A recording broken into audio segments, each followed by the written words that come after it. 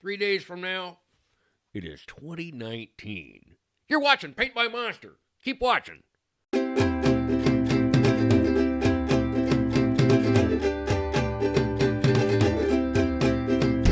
right, let's see if I can make all of this happen. I got to turn on QuickTime because that's where you can find this feature. Boom, QuickTime. And nope, I don't want that. Cancel. And file, new screen recording. You got to do that, and you can hit this like this.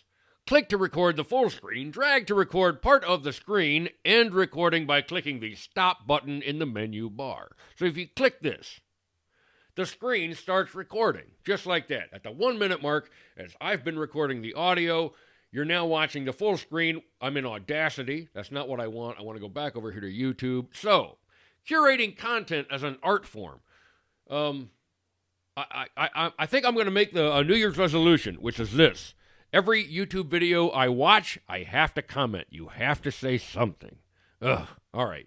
That's kind of a pain. And probably a complete waste of time. But maybe you are building the community of people that want to watch what you are watching and think how you are thinking and see what you are seeing.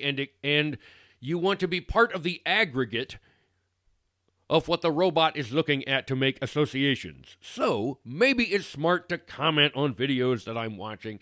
I don't know. What do I know? So, I was just now watching Comedian on being kicked off stage for inappropriate jokes at Columbia University with Joe Rogan and the comedian, what was his name? Doesn't say, so we don't care. I don't care. Anyway, Joe Rogan says the phrase recreational outrage at 1838. The kids at the college were engaging in recreational outrage. Joe Rogan, thank you for this solid gold phrase. That. That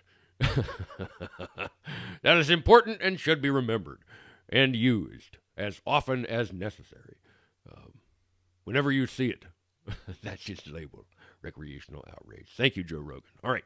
Going back to my own channel, I've got some stuff to respond to here from some of the videos that fired over the Christmas holiday, and one of them is down here on What Am I Missing? Art Discussion, Paint by Monster. What am I missing? So we don't need to watch the video, but the comments. Let's go through some of the comments, and we'll add these to the sheet. Mark Ingram writes, could teaching be considered an art form? The intuitive and conscious structuring of knowledge communicated such that another may understand complex information with clarity. I think that's a creative process. Hi, Mark. Yes, I think teaching is a great addition to the list. I think I would put it somewhere in the neighborhood of writing and storytelling. An interesting thing to discuss is, though, is whether your students are the audience, or is there an audience watching you teach? What is the artist-audience relationship? Can we define that? I didn't write that. If teaching is the art form, who is the audience?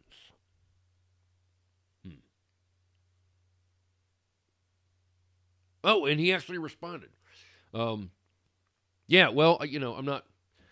I like teaching. I think that you can elevate teaching to an art form, yes. But the student and teacher relationship, in that relationship of art going between two people...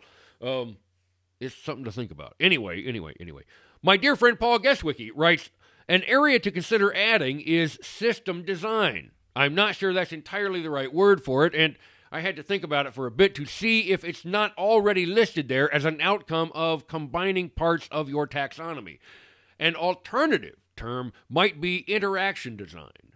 This is the kind of art that I frequently do. In game design, software design, and course design, that is the teaching that Mark Ingram mentions in his comment. It is the specification of the rules by which interactions take place, critically including the rules by which the thing itself changes.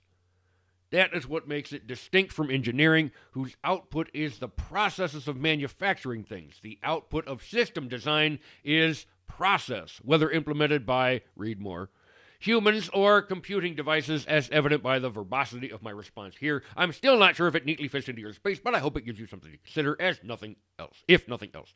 Thank you, Dr. Paul, because it does, and I think system design is yes, okay, that certainly can be elevated to a form of self-expression. I have to think that in some way, because of the way he did what he did, Henry Ford was an artist. He was synthesizing and putting together a way to manufacture. But at some point, yes, there is probably a spectral transitional line rather than a crisp binary on-off of where art stops and manufacturing takes over. Like human risk has been removed from this process. And that's something that we should probably talk about in the conversation of art and what are all of its bits. This is another concept that I try to bear in mind as I'm thinking through this stuff. That there is you've probably heard this before, hopefully you have, the concept of, what was it called? I'm trying to remember what this was called. The workmanship of certainty versus the workmanship of risk. When you are using a machine to make art like a computer, the risk, there really is no risk in, if I make this one more move, I might screw this up so bad that it's unrecoverable. Nah, it's recoverable. There's always an undo. It's not. It doesn't have the kind of risk in it that making pottery has or making a painting has, that making a performance in front of a live audience has. It just doesn't have those kind of risks involved in it.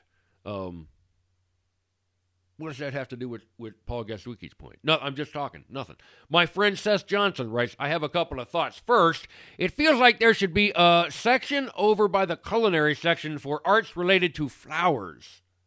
My mom takes great care, not just in tending her garden, but in choosing what goes where and how things will blossom and turn through the year. For decades, my uncle raised and shaped bonsai. I adore bonsai. In fact, I have killed so many trees you wouldn't believe it. One of the most patient arts I have ever seen. Yeah, me too. I don't know. Did I write this thing down here? I love you, Seth. And I love Katie Bindi. And we've already established that in another video, and we don't have to go over that again. All right, but that's beside the point. There are also some folks who plant or even arrange flowers to mix their scents, like average parfumers. I'm not going to read all of this. Yes to all of it, I'm sure I said. Did I? Yes. Yeah, how about that? Yes to all of this. I'm really leaning toward an idea of blah, blah, blah, blah, blah, blah. I've killed a lot of plants. I've killed a lot of trees. Hello, Mickle Yance. Thank you for commenting. Interesting topic. Mechanics as yes to beadworking, sewing, leatherworks. To me, those kinds of things fall into sculpting, and I really should put something on the list for. Well, see, there again, we get into manufacture of textiles, but textile design, which falls under design. Surgery, philosophy, yeah, I heard a doctor say one time that good surgeries are beautiful surgeries. So, I've never performed surgery. The funniest line I ever heard somebody say about surgery is that he was forced to perform an appendectomy with a rusty tin can lid. That's always that always stuck in my mind because I always thought that was really funny. I don't care who said it right now in this moment. Hello, Grant. Oh, hello, just me. Yes. And Grant was the first commenter. Metallurgy, glass blowing, and woodworking. I think I already talked about metallurgy in my comment down here. Yeah, right. Yeah, there it is. All right, anyway. I didn't watch this. Why did we read that? Well, because this time I want to add these things to the list. I think I've had the idea that if nothing else, our completed list, and I say our because I mean for all of us to complete this together, I will put together in a big sort of poster design with the big word art in the middle, and I'll write the words around them somehow, and I'll make a big poster out of it, or a refrigerator magnet or something like that, because I don't know, it just seems like a fun visual way of putting the ideas of what the expression of art might be. Hey, it's 11 o'clock here in Muncie. You can tell that because the siren's going off. Now you know when I recorded this. In Muncie, Indiana, the weirdest little town in the Midwest. That's my new branding for Muncie. That's the town I live. Muncie, the weirdest little town in the Midwest. We'll go over why it's weird. I read this book called Wicked Muncie by Keith Royston and Douglas Walker. And it's just a bunch of crimes that were committed in Muncie. And, you know, Muncie used to be known as a place where you could kill a man and get away with it. And so that's kind of who we are as a people. We're a killing people here in Muncie. And that's one of the things that makes us weird. But we probably won't kill you if you visit. Keep that in mind.